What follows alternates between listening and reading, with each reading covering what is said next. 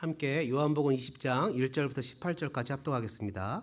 안식 후 첫날 일찍이 아직 어두울 때에 막달라 마리아가 무덤에 와서 돌이 무덤에서 옮겨진 것을 보고 시몬 베드로와 예수께서 사랑하시던 그 다른 제자에게 달려가서 말하되 사람들이 주님을 무덤에서 가져다가 어디 두었는지 우리가 알지 못하겠다 하니 베드로와 그 다른 제자가 나가서 무덤으로 갈새 둘이 같이 다름질하더니 그 다른 제자가 베드로보다 더 빨리 달려가서 먼저 무덤에 이르러 구부려 세마포 놓인 것을 보았으나 들어가지는 아니하였더니 시몬 베드로는 따라와서 무덤에 들어가 보니 세마포가 놓였고 또 머리를 쌌던 수건은 세마포와 함께 놓이지 않고 딴 곳에 쌌던 대로 놓여 있더라. 그때야 무덤에 먼저 갔던 그 다른 제자도 들어가 보고 믿더라. 그들은 성경에 그가 죽은 자 가운데서 다시 살아나야 하리라 하신 말씀을 아직 알지 못하더라. 이에 두 제자가 자기들의 집으로 돌아가니라. 마리아가 무덤 밖에 서서 울고 있더니 울면서 구부려 무덤 안을 들여다보니 흰옷 입은 두 천사가 예수의 시체 뉘었던 곳에 하나는 머리편에 하나는 발편에 앉았더라. 천사들이 이르되 여자여 어찌하여 우느냐 이르되 사람들이 내 주님을 옮겨다가 어디 두었는지 내가 알지 못함이니이다. 이 말을 하고 뒤로 돌이켜 예수께서 서 계신 것을 보았으나 예수이신 줄은 알지 못하더라. 예수께서 이르시되 여자여 어찌하여 울며 누구를 찾느냐 하시니 마리아는 그가 동산지기인 줄 알고 이르되 주여 당신이 옮겼거든 어디 두었는지 내게 이르소서. 그리하면 내가 가져가리이다. 예수께서 마리아야 하시거늘 마리아가 돌이켜 히브리 말로 라옴니 하니 이는 선생님이라는 말이라. 예수께서 이르시되 나를 붙들지 말라. 내가 아직 아버지께로 올라가지 아니하였노라. 너는 내 형제들에게 가서 이르되 내가 내 아버지 곧 너희 아버지 내 하나님 곧 너희 하나님께로 올라간다라 하시니 막달라 마리아가 가서 제자들에게 내가 주를 보았다 하고 또 주께서 자기에게 이렇게 말씀하셨다 이르니라. 아멘. 여러분 한번 따라해 보실까요? 예수님의 십자가와 부활. 여러분 오늘은 부활절입니다. 그렇죠? 부활절은 어떤 의미에 있어서 그리스도인들에게 성탄절보다 훨씬 더 중요한 날입니다. 왜냐하면 부활절은 복음의 완성이기 때문입니다. 예수님이 이 땅에 오셔서 부활에 놀라우신 구원의 완성을 하시는 복음의 핵심의 날이 부활절입니다. 그리고 고린도전서 15장에는 이렇게 얘기합니다. 만일 그리스도께서 다시 살지 못하셨으면 우리의 전파하는 것도 헛것이요 이렇게 표현합니다. 너희 믿음도 헛것이고 우리가 하나님의 거짓 증인으로 발견되리니 그리스도께서 다시 사신 것이 없으면 너희 믿음도 헛되고 너희가 여전히 죄 가운데 있을 것이요 또한 그리스도 안에서 잠자는 자도 망하였으리니 만일 그리스도 안에서 우리의 바라는 것이 다만 이 생뿐이면 모든 사람 가운데 우리가 더욱 불쌍한 자리라. 예수님의 부활이 없다면 우리가 전도하고 선교하고 또 우리의 믿음도 또 우리의 증거도 여전히 죄의 저주 아래 먼저 믿다가 가신 분들도 망하고 우리도 다 망하게 된다는 얘기입니다. 이 땅에 주를 위한 모든 수고와 노력도 헛것이라는 거죠. 그래서 부활은 우리에게 있어서는 완성입니다. 예수님에게 있어서는 부활은 과정이에요. 왜냐하면 예수님 부활 후에 승천하시고 재림하시지만 우리는 예수님과 함께 죽고 함께 사는 것이 우리에게는 완성입니다. 예수님이 다시 오시는 그날 우리는 새하늘과 새 땅에서 예수님과 함께 영원히 살아갈 텐데요. 여러분 왜 우리가 이 부활이 없으면 모든 것이 다 헛되고 망하는 것이라고 표현했을까요? 왜냐하면 부활이 없이 죽기만 하면 죽음은 그냥 끝나는 것이기 때문입니다. 인류 역사상 예수님이 부활하시기 전까지 한 사람도 죽음을 이긴 사람은 없었습니다. 예수님께서 죄를 대속하시고 십자가에 죽으시고 부활하시지 않았다면 사망을 이기지 못했다면 여전히 사망이 우리에게 왕노릇하고 있을 것입니다. 여러분 사망이 우리에게 왕노릇하고 있다는 것은 무슨 의미인 줄 아십니까? 고린도전서 15장에 이런 말씀이 기록됩니다. 사망아 너의 이기는 것이 어디 있느냐? 사망아 너의 쏘는 것이 어디 있느냐? 사망에 쏘는 것은 죄요 죄의 권능은 율법이라. 사망은 우리에게 죄를 통해서 사망에게 종노릇하도록 우리를 끌어갑니다. 다시 얘기하면 우리가 사망에게 어떤 자유함도 없이 마치 이스라엘 사람들이 애굽에서 종살이를 할 때 그냥 먹고 사는 문제에만 급급해서 참된 자유가 없이 사는 것과 똑같습니다. 여러분, 죄를 거절할 수도 없고 미움과 시기와 다툼과 용서하지 못하고 내 마음의 상처와 죄의 쓴뿌리에 갇혀서 죄의 본성에 이끌린 대로 살아가는, 그래서 먹고 사는 것만이 전부인 것 양 살아가는 죄의 본능대로 살다가 죄의 본능대로 죽게 되는 것입니다. 사망이 해결되지 않으면 자유가 없다는 거죠. 여러분, 이스라엘 백성들이 애굽을 탈출하고 첫 번째 광야에서 물 때문에 어려움을 겪고 길 때문에 어려움을 겪고 힘들었을 때 불평을 하면서 이런 얘기를 합니다. 우리가 애굽에 있을 때는 잘 먹고 잘 살았는데, 실은 그건 거짓말이죠. 애굽에 있을 때 잘 먹고 잘 살지 않고 겨우 먹고 살았습니다. 근데 죄의 종은 겨우 먹고 사는 것에 대해서 매여서 살아가게 됩니다. 먹고 사는 것에 대해서 매여 살아요. 예수님도 마태복음에 이런 얘기 하셨죠. 믿지 않는 자들이 구하는 게 뭐예요? 무엇을 먹을까? 무엇을 마실까? 무엇을 입을까? 이런 것들은 이방인들, 믿지 않는 자들이 구하는 것이라는 거예요. 그러니까 믿지 않는 자들, 하나님을 모르는 사람들, 죄의 종으로 살아가는 사람들의 특징은 뭐냐 하면 무엇을 먹을까? 무엇을 마실까? 이런 것에 대해서 고민에 빠져서 하루하루를 자유함 없이 먹고 사는 것에 매여서 종살이를 하고 살아가게 된다는 거예요. 근데 여러분, 이스라엘 사람들이 애굽을 탈출하고 광야에서는 비록 먹는 게 풍요롭지 못해도 자유함이라는 게 있는 거예요. 내 자신이 상대방을 용서할 수 있는 자유, 죄를 거절할 수 있는 자유, 하나님을 예배할 수 있는 자유, 이웃을 사랑할 수 있는 자유가 있는 거예요. 자유는 그만한 대가와 가치를 지불해야 되는 거죠. 예수님의 십자가의 죽음과 부활은 모두 다 중요하고, 특히 부활은 우리에게 하나님 앞에 이 죄에 대해서 자유함을 누릴 수 있도록 허락되어진 놀라운 축복이라는 겁니다. 예수님의 부활은 십자가에서 죽으시기 전에, 십자가에서 죽으시기 전의 상태로 돌아가는 게 아닙니다. 예수님의 죽음은 십자가 이전 상태로 돌아가는 게 아니에요. 나사로가 죽었다가 살아났지 않았습니까? 나사로는 죽음 이전의 상태로 돌아갔어요. 그리고 나사로는 나이가 들어서 분명 죽었을 것입니다. 근데 예수님은 죽음 이전의 상태로 유턴하는 게 아닙니다. 예수님은 유턴이 아니라 죽음을 뛰어넘는, 죽음을 통과하는, 죽음을 이기는 다시 삶을 사셨어요. 여러분, 마치 이 성경은 이렇게 표현합니다. 씨앗이 땅에 들어가서 이 뿌리를 내리고 싹이 나게 하려면 씨앗이 있는 형체로 남아있으면 결코 뿌리가 내리거나 싹이 나지 않습니다.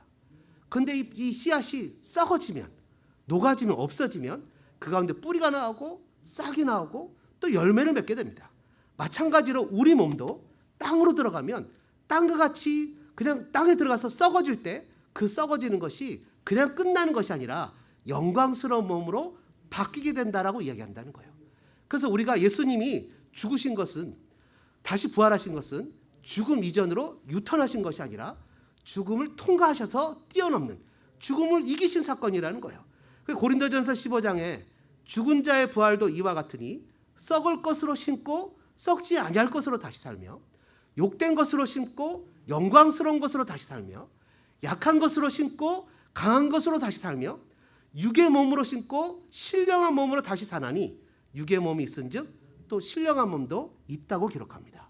그래서 제가 여러분 앞에다가 뭐라고 얘기를 하면 아니할 것으로 하면 여러분들이 다시 살며, 이 다시 살면 한번 후렴을 하시는 거예요.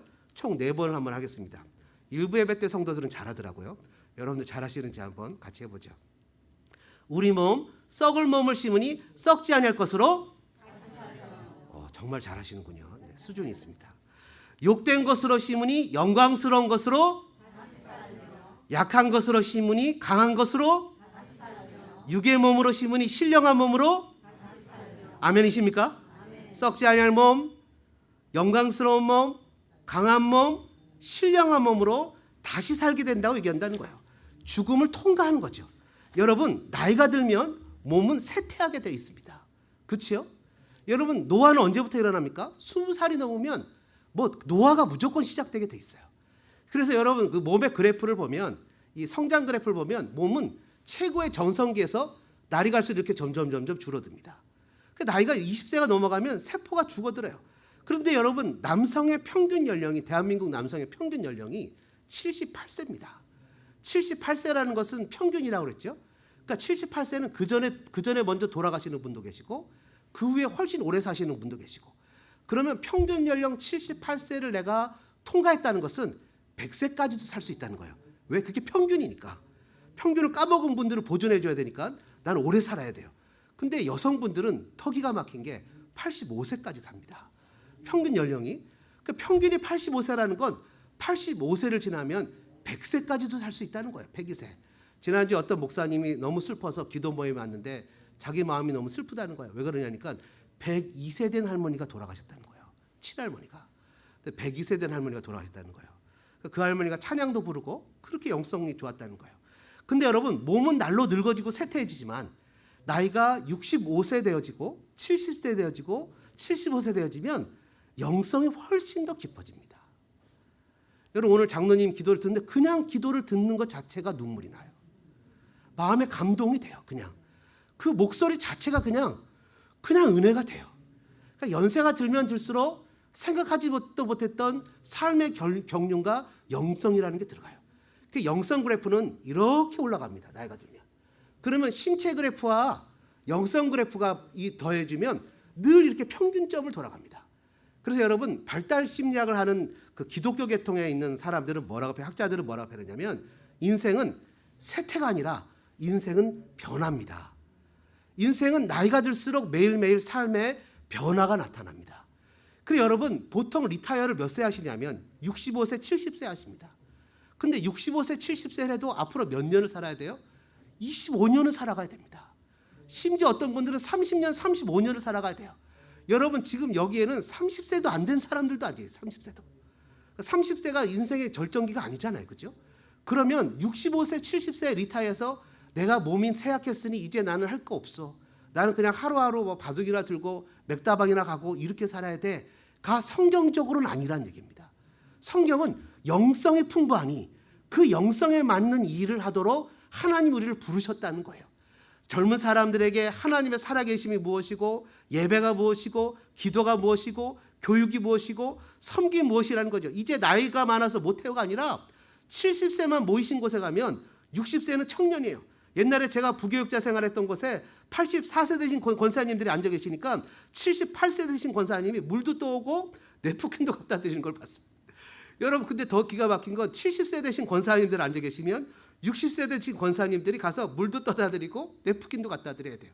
어떤 목사님이 이런 얘기를 제가 막 나누면서 우리 어른들을 잘 모시고 앞으로 우리가 몸이 늙어지는 것이 아니라 영적 정신적인 연령으로 나가야 된다, 교회가. 그렇게 얘기했더니 정말 그렇대. 자기 아버지가 65세인데 70세 어른들이 하도 심부름을 시켜서 교회 가기 싫다고 그러신대요. 그 얘기 들으면서 내가 그럴 수도 있겠다. 그래서 나이가 65세에서 80세까지 그 나이가 몇 살 차이가 나는데 최소한 이게 중학교 학생하고 유치원 학생들하고 똑같이 붙여놓으면 되겠냐. 연세가 들으면 나이를 끊어야 된다. 이게 어른들도 그런 농담 삼아 이런저런 얘기를 했는데 여러분, 우리는 몸이 우리의 관심이 아닙니다. 우리는 영이 우리의 관심이에요. 우리는 부활의 영으로 살아가는 사람이에요. 영광스럽고 신비로운 몸으로 살아가는 사람이에요. 비록 몸은 이곳에 제한되지만 우리의 영은 날마다 더 깨어지고 발달돼서 정말 영과 마음은 이빨 청춘 더 젊어지고 더 젊어지는 거예요. 그럼 그 영이, 그 부활이 몸이 더 하나님 앞에 영광을 돌릴 수 있는 길과 방법을 찾아가야죠. 그래서 여러분, 우리가 하나님 앞에서 부활과 영광의 모습으로 살아가는 복된 교우들 되어주시기를 주님의 이름으로 축복합니다. 예수님의 십자가 부활, 첫 번째는 부활은 역사적인 사실이라는 거예요. 우리 20장 1절에 있는 말씀을 같이 한번 읽겠습니다. 1절이에요. 안식 후 첫날 일찍이 아직 어두울 때 막달라 마리아가 무덤에 와서 돌이 무덤에서 옮겨진 것을 보고. 여러분, 부활은 역사적인 사실이에요. 시몬 베드로와 예수의 사랑하시던 그 다른 제자, 이 사람들이요, 여러분, 이 주님이 어디 있는지 모른다라는 이 막달라 마리아의 얘기를 듣습니다. 안식 후 첫날이에요.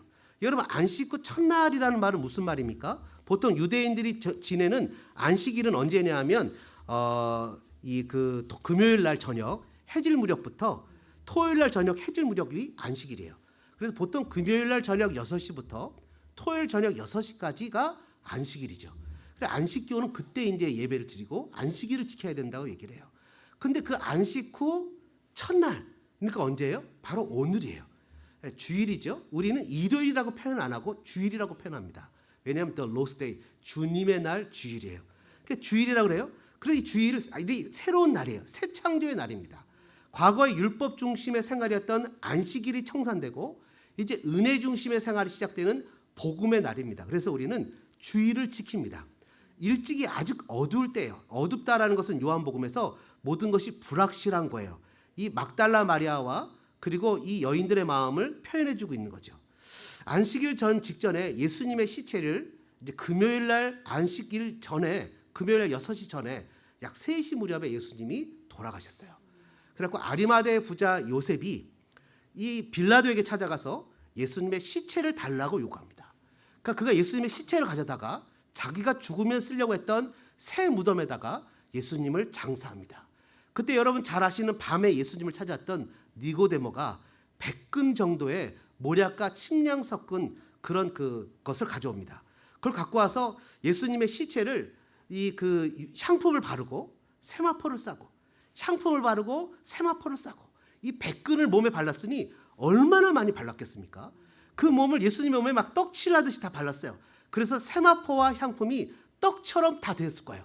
완전히 몸을 다 싸고 얼굴은 따로 예수님 앞에 따로 그 얼굴은 땄습니다. 그리고 나서는 그 사실을 모르는 바로 막달라 마리아와 야고보의 어머니 마리아와 살로메가 예수님한테 향품을 발라드리고 싶어서 유대인의 관습대로 무덤을 찾아가면서 걱정을 합니다. 무덤의 돌이 이 유대인의 무덤은 굴을 파서 무덤을 만들었다 그래요. 그 앞에 무거운 돌로 막아놨는데 이 남자 두셋이 옮기기에도 좀 무거운데 여자들이 옮기기엔 너무 무거운 거죠. 이걸 어떻게 옮길까라고 걱정을 왔는데 마침 와보니까 무덤이 옮겨져 있고 돌이 옮겨져 있고 무덤이 열려져 있는 거예요.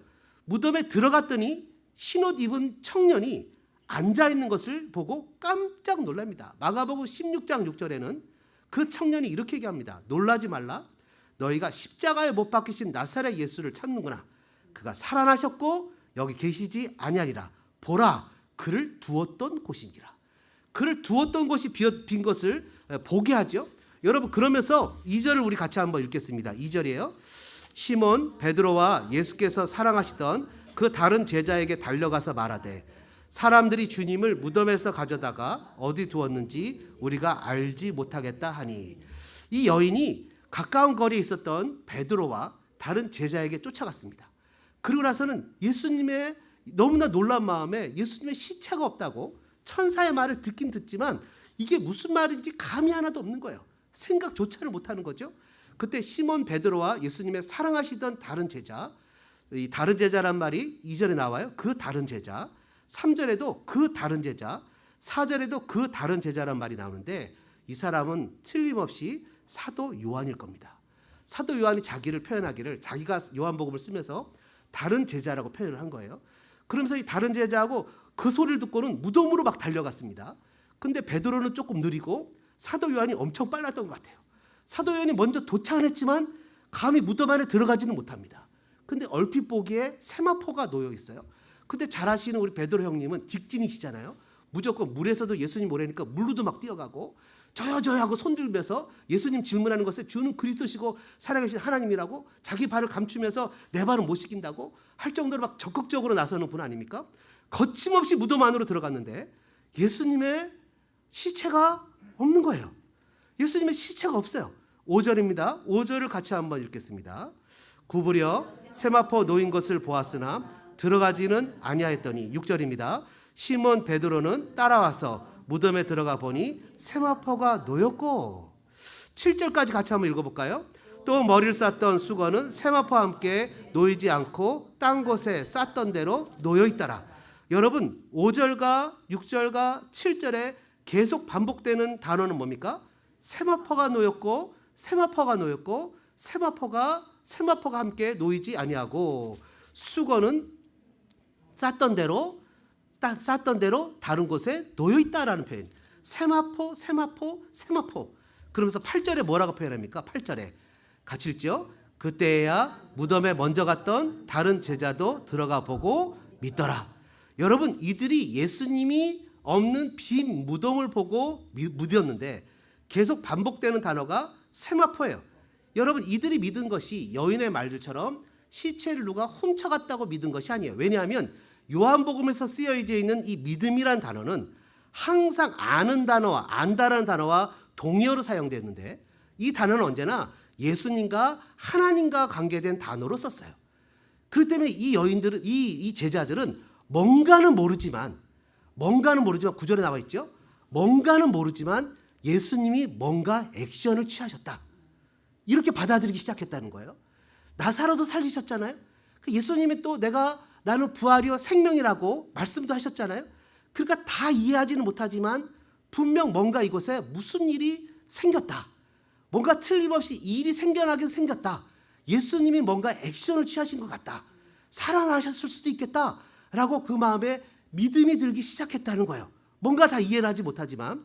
그러면서 이들이 무엇을 보고 믿었다고 표현합니까? 세마포를 보고 믿었다라고 표현합니다. 정확히 모르지만 세마포를 보고 믿었어요. 왜 세마포를 보고 믿었다고 표현할까요? 여러분 5절과 6절에도 세마포가 놓였고라고 표현하는데 헬라 원어에 자세히 살펴보면 이 세마포가 만약에 예수님이 이 십자가에서 죽지 않고 기절했단 말이죠. 기절했다가 깨어나면 누가 나를 세마포로 쐈어 하면서 세마포를 어떻게 하겠어요? 막 그걸 풀으려고 온갖 힘을 다해서 풀으려고 막 휘젓겠죠. 그럼 세마포가 어떻게 됐겠습니까? 엉망진창 풀어진 채로 더군다나 100근이나 되는 향유를 부었기 때문에 납작하게 그것이 엎드려서 엉망진창으로 흐트러져 있을 거예요. 근데 지금 예수님을 쌌던 세마포는 몸을 감싼 모양 그대로 남아있다는 거예요. 몸을 감싼 모양 마치 공간 이동을 하듯이 그 안에 있던 분이 그냥 빠져나갔고 그 안에 있는 몸이 빠져나가고 세마포는 그 몸의 형상 그대로 유지하고 있었다는 거예요. 만약 기절했다가 기지개를 켰거나 흐트러지거나 풀러냈다면 그것이 뒤엉켜 있을 텐데 수위가 하나도 흐트러짐 없이 예수님의 몸 모양 그대로 유지하고 있었고 예수님의 시체는 보이지 않았다는 거예요. 여러분 그러면서 뭐라고 표현합니까? 여러분 보십시오. 12절에 신옷 입은 두 천사가 예수의 시체 뉘었던 곳에 하나는 머리편에 하나는 발편에 앉았어요. 베드로나 사도 요한이나 여인들이 천사를 보느라고 예수님이 뉘었던 것을 보지 못할까 봐 천사가 예수님이 뉘었던 하나는 머리맡에 하나는 발편에 앉아서 여기 보라는 거예요. 자꾸 이정표를 보여주는 거예요. 보라는 거예요. 이것이 기적이라는 거예요. 이것이 없어진 것이 예수님의 몸만 쏙 빠져나간 이것을 보라는 거예요. 여러분 마태복음과 마가복음에는 뭐라고 표현하냐면 천사가 누우셨던 것을 보라. 누우셨던 것을 보라. 이렇게 얘기를 하고 있어요. 그래 여러분 이 세마포가 예수님이 부활하신 역사적인 증거가 되어진다는 거죠. 세마포가 하나도 흐트러지지 않았다는 거예요. 두 번째 7절에 보니까 수건은 세마포와 함께 놓이지 않고 딴 곳에 있었습니다. 쌌던 대로 있었던 거예요. 흐트러지지 않았어요. 예수님의 부활입니다. 여러분 이것을 보고 제자들이 믿지 않을 수가 없었어요. 더 대단한 것은 고린도전서 15장에 예수님께서 부활하신 후에 500의 형제에게 일시에 보이셨다는 겁니다. 여러분 예수님은 부활하셨습니다. 예수님은 죽음을 뚫고 새로운 모습으로 새로운 변화체로 새로운 영체로 변화되셨습니다. 잠자는 자들의 첫 열매가 되셨습니다. 예수님의 부활이 저와 여러분의 삶에 실제 믿음으로 받아지시기를 주님의 이름으로 축복합니다. 제 용서함을 받고 죽어서 천국에 가는 것 외에 이 땅에서 예수님의 부활의 영광을 누리는 것은 무엇일까요? 여러분 11절의 말씀을 한번 보죠. 11절 말씀입니다. 11절을 같이 한번 읽겠습니다. 울면서 구부려 무덤 안을 들여다보니 여러분 베드로와 사도 요한은 믿었다 8절에 보고 믿었다라고 표현합니다. 근데 이들은 믿었어요. 근데 믿음에도 불구하고 그들이 마리아에게 마리아야 걱정하지 마. 예수님이 뭔가 지금 하고 계셔. 울지 마라고 부활을 전하지 않았어요. 여러분 예수님의 십자가 부활 두 번째는 예수님의 부활을 전해야 된다는 거예요. 여러분 많은 사람들이 지금 사도 요한과 사도 베드로처럼 살아가요. 예수님이 부활하셨다라는 것을 막연하게 믿지만 그 부활하신 것을 삶으로 증거하거나 누구에게 전하거나 그 부활을 신뢰하고 믿음의 삶을 살아가고 있지는 않아요. 그냥 내가 알긴 알아요. 부활하신 것 같기는 해요. 그러나 그 부활을 전하진 않아요. 믿긴 믿되 완전하게 믿지 않아요. 저는 많은 사람들이 이 단계에 있다고 생각해요. 예수님의 부활을 믿긴 믿되 전하진 않아요. 예수님의 부활을 믿긴 믿되 부활로 아직 살아갈 수 있는 믿음은 안 돼요. 믿긴 믿되 마리아에게 이렇게 슬퍼하고 울고 있지 말라고, 예수님이 부활하셨으니 이제 용기를 내고 소망을 가지라고, 예수님 분명 반드시 우리에게 나타나실 거라고, 다시 오실 것이라고 이야기하지 못해요. 여인이 정말 슬피 울고 있으면서 믿음으로 나가고 있지 못하는 이유는 무엇입니까? 왜 이 여인은 예수님의 무덤 앞에서 무덤 안을 들여다보고 울고 있을까요? 여러분 13절에 있는 말씀을 같이 한번 읽겠습니다. 13절이에요. 천사들이 이르되 여자여 어찌하여 우느냐, 이르되 사람들이 내 주님을 옮겨다가 어디 두었는지 내가 알지 못함입니다. 여인이 정말 슬피 울고 있는 이유는 무엇입니까? 그거는 예수님이 부활하신 것을 알지 못한 거예요. 다시 얘기하면 여인이 무지하기 때문에 예수님에 대해서 예수님이 어디 계신지 그 시체만 찾고 있는 거예요. 예수님의 시체가 어디 있지? 예수님의 시체가 어디 있지? 지금 수많은 사람들이 예수님을 만나고 싶다고 예수님을 찾고 있지, 예수님이 어떤 분인지는 모르고 있다는 거예요. 근데 예수님을 찾는 것보다 더 중요한 것은 뭡니까? 예수님이 어떤 분이신 것을 알아야 되는 거예요. 인생의 고달픈 길을 가면서 힘들어하는 수많은 사람들이 겪는 동일한 어려움이 예수님이 누구신지 모른다는 거예요. 예수님이 어떤 일을 하시는 분이고 어떤 분이시고 어떤 능력을 가지시고 나를 위해서 무엇을 해주신 분인지 전혀 모른다는 거예요. 죽음의 영향력 아래 살면서 참된 소망도 기쁨도, 그리고 그 누리지 못한 채 다람쥐 쳇바퀴 돌듯이 세상에서 먹고 사는 문제에 매여서 정작 중요한 것을 잊어버리고 산다는 거예요. 왜요? 예수님이 누구신지 모르기 때문이라는 거예요.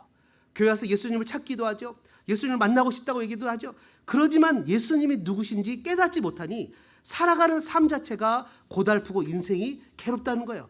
예수님 뭐라 그랬어요? 요한복음 17장에 영생은 하나님과 그의 보내신 자 예수를 아는 것이라고 얘기했어요. 그리고 또 뭐라고 표현했습니까? 진리를 알지니 진리가 너희를 자유케 한다고 얘기하셨어요. 여러분 예수님은 여러 번 자신이 죄의 문제를 해결하기 위해서 십자가에 죽으시고 부활하실 것을 얘기하셨어요. 저는 여러분들이 예수님을 아는 그런 아름다운 성도들 되시기를 주님의 이름으로 축복합니다. 예수님의 십자가와 예수님의 부활을 우리는 잘 알아야 됩니다. 예수님이 우리에게 주시는 그 엄청난 베니핏을 알아야 됩니다. 영적인 세계에서 우리가 갖고 있는 권세와 능력이 무엇인지를 알아야 됩니다. 더 이상 우리는 마귀에게 종로로 탈 필요 없이 세상의 관습과 가치관에 따라다닐 필요 없이 하나님 나라와 권세와 하나님 나라의 능력으로 살 수 있는 사람이라는 것을 배우고 익히고 알고 살아봐야 됩니다. 많은 사람들이 부활의 능력으로 살아보지 못하니까 부활의 능력이 뭔지를 깨닫지 못하고 그렇게 부활의 능력으로 살아야 된다고 얘기하는데 그것에 대해서 감도 못 잡아요. 왜 감도 못 잡죠? 그거는요, 살아보지 않아서 감을 못 잡아요. 여러분 옛날에 저는 잘 이해를 못하는 말입니다만 어떤 분들이 그런 얘기를 해요. 고기를 먹어봤어야 고기 맛을 알지. 고기를 먹어봤어야 고기 맛을 아는 거예요. 그러니까 사람이 예수 그리스도로 말미암아 기쁨을 누려봤어야 기쁨을 아는 거예요. 부활하신 주님과 동행해 봐야 인생에서 주는 기쁨이 별거 아니네, 주님이 주시는 기쁨이 정말이네, 이것이 최고인지 깨닫게 되는 거예요. 여러분 세상에서 어떤 사람들은 많은 것을 다 가졌어도 기쁨을 누리지 못하는 사람이 있는 반면에 모든 것을 다 잃었어도 예수님을 알기 때문에 예수님 한 분 때문에 나는 만족한다고 얘기하는 사람들이 우리 주변에 수없이 많아요. 최고의 건강을 가졌어도 기쁨과 만족이 없이 살아가는 사람이 있는 반면에 몸의 건강을 잃고 자녀를 잃고 삶의 고달픔과 아픔을 겪어서도 예수님 한 분 때문에 기쁨을 빼앗기지 않는 사람들이 수없이 많아요. 예수님을 알기 때문이죠. 여러분 눈에 보이는 증상을 붙잡고 살다가 정작 근본 문제를 해결하지 못한 채 지금의 문제 속에 또 문제가 오고 또 문제가 또 문제가 오고 심틈만 따라가다가 근본을 해결하지 못하는 또 다른 유형의 문제, 또 다른 유형의 문제를 만나는 사람들이 수없이 많아요. 여인은 죽음을 보고 울고 있습니다. 정말 놀라운 것은 이 슬픔과 이 아픔을 겪고 있는 이 여인이 예수님만을 찾고 있다는 거예요. 예수님이 누구신지에 대해서 기억하지 못하고 있다는 거예요. 왜요? 베드로와 사도 요한이 정확하게 전달해 주지 못했죠. 근데 여러분 저는 여러분들이 정말 예수님을 잘 아는 믿음의 성도들 되시기를 주님의 이름으로 축복합니다. 예수님을 알아야 돼요. 그래서 여러분 더 놀라운 건 이 여인에게 예수님이 찾아가셨어요. 부활의 영광의 주님이 찾아오셨어요. 놀랍지 않습니까? 예수님이 사도 베드로 수석 제자를 찾아가지 않았어요. 예수님이 빌라도에게 찾아가서 너 진리가 뭔지 물어봤지? 진리란 이런 거야 라고 자신을 보여주지 않았어요.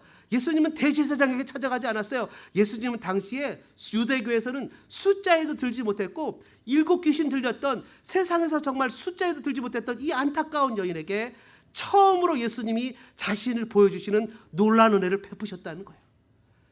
그래서 저는 예수님이 너무 사랑스럽습니다. 예수님이 너무 좋습니다. 왜요? 하나님 나라의 가치관은 이런 것이라는 거예요.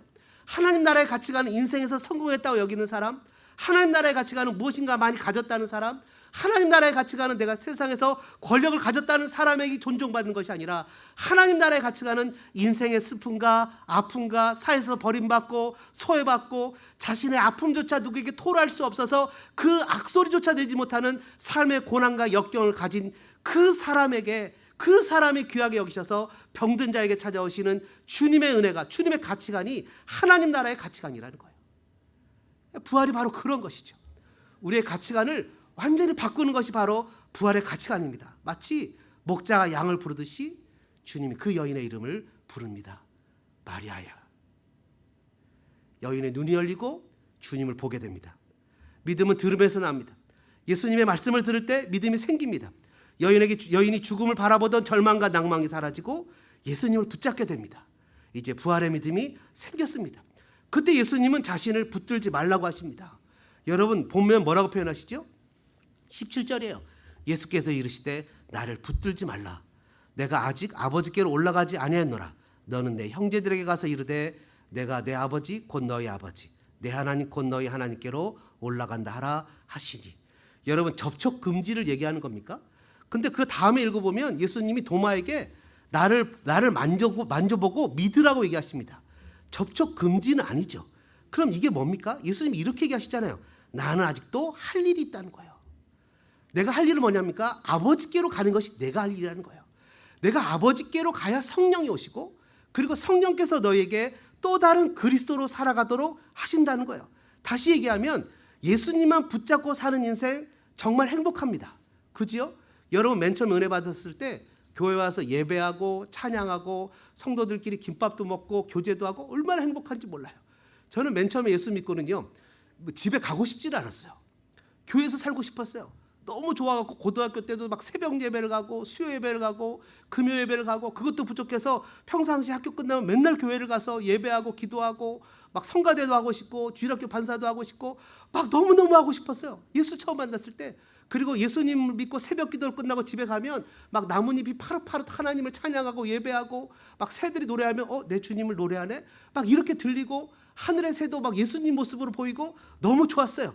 마치 여러분 베드로가, 요한, 야고보가 변화산에서 예수님이 변화되신 모습을 보고 주님 여기 정말 좋은데요?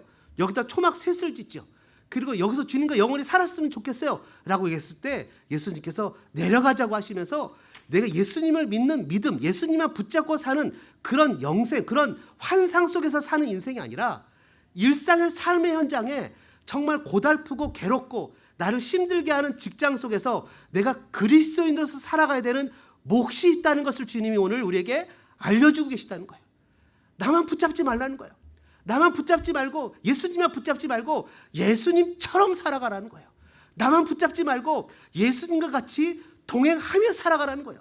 가장 힘들고 어려운, 그리고 정말 천덕꾸러기 같은 그런 인생을 살아갈지라도 내가 그리스도인으로서 세상 사람들에게 예수 믿는 것이 무엇인지를 보여주라는 거예요. 힘든 직장에서, 가정에서 내가 예수님처럼 예수님의 모습을 보여주면서 그들에게 빛과 소금이 되어야 된다는 거죠. 여러분 우리끼리의 신앙은 더 이상 매력적이지 않습니다. 저는 그래서 이 부활절날 교단이 다르고 신앙이 다른 사람들끼리 모여서 비싼 돈과 그냥 막 돈 막 써가면서 연합 예배 드리는 걸 별로 안 좋아합니다. 저는 그런 거 안 좋아합니다. 그래서 저희 교단은 연합 예배 자체를 안 합니다. 모이면 80개 교회 100교회 모일 수 있습니다. 크잖아요. 제일 크잖아요. 미국에서. 그런데도 안 합니다. 뭐냐? 각자 주어진 삶에서 같은 공동체끼리 은혜롭게 부활의 예배를 드리고 삶의 현장에서 부활하신 예수님처럼 살아가라는 게 우리의 취지입니다. 내 주어진 삶의 현장에 그 지긋지긋한 직장 상사에게 그리스도를 보여줘야 됩니다. 견디기 어렵고 살아가기 힘든 삶의 환경 속에서 내가 희생하고 견디고 참으면서 주님을 증거해야 됩니다. 여러분, 좀 모욕당하고 어떻고, 좀 인정받지 못하고, 좀 하나님 내가 살면서 여러 가지로 오해받으면 어떻습니까? 그걸 통해서 주님이 드러나면 그것이 행복한 것이 아니겠습니까? 예수님의 죽으심과 부활하심에 대한 복음과 반드시 그것으로 끝나는 것이 아니라 주님은 다시 오시겠다는 사실을 기억해야 됩니다. 우리 이 땅에서 끝이 아닙니다. 우리는 다시 오시는 주님을 기다리는 삶을 살아가야 된다는 것을 기억해야 됩니다. 어떤 분이 이렇게 얘기를 해요. 왜 하나님께서 우리의 기도를 바로바로 응답하시지 않느냐? 그 과정 가운데 우리가 성숙해지기를 원하신다는 거예요. 그러니까 어떤 분이 저한테 이런 질문을 해요. 목사님, 성숙이라는 게 뭡니까? 성숙이라는 것은 제가 이렇게 얘기했어요. 일반 사회인으로서 세상 사람들이 보기에 조금 더 손색함이 없는 그리스도인으로 살아가는 게 성숙입니다. 교회 안에서 기도 잘하고 찬양 잘하고 말씀 잘하고 이것은 실은 기본입니다. 그런 변화는 사회 속에서 믿지 않는 사람들에게 나타나야 되는데 그것이 바로 성숙입니다. 저는 여러분들이 그런 삶을 살아가는 능력의 종들 되시기를 주님의 이름으로 축복합니다. 당신은 이런 환경 가운데 어떻게 그렇게 기쁜 얼굴을 할 수 있어요? 당신은 그렇고 어려움 힘든 이 직장에서도 어떻게 견디면서 기쁨을 잃어버리지 않고 그렇게 열심히 일을 할 수 있어요? 그때 여러분들이 이렇게 얘기를 해야죠. 소망교회로 오세요. 아멘이십니까? 소망교회로 오세요. 그 부활의 주님을 만나보세요. 여러분, 마지막으로 부활의 주님, 주님은요 부활의 영광으로 살아야 됩니다.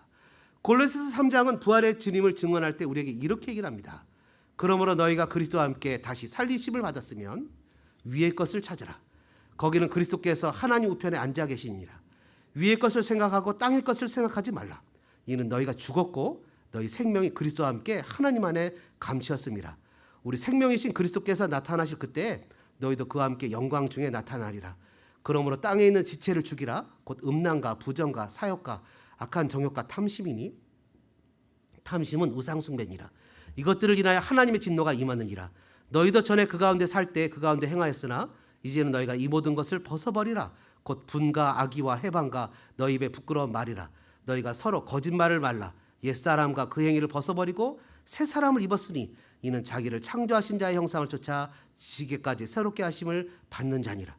부활하신 주님이 오늘 본문 22절에 보면 제자들에게 나타나셔서 숨을 내쉬며 이르시되 성령을 받으라고 얘기하십니다. 성령을 받으면 삶의 변화가 나타나기 시작합니다. 성령은 새 창조의 영입니다.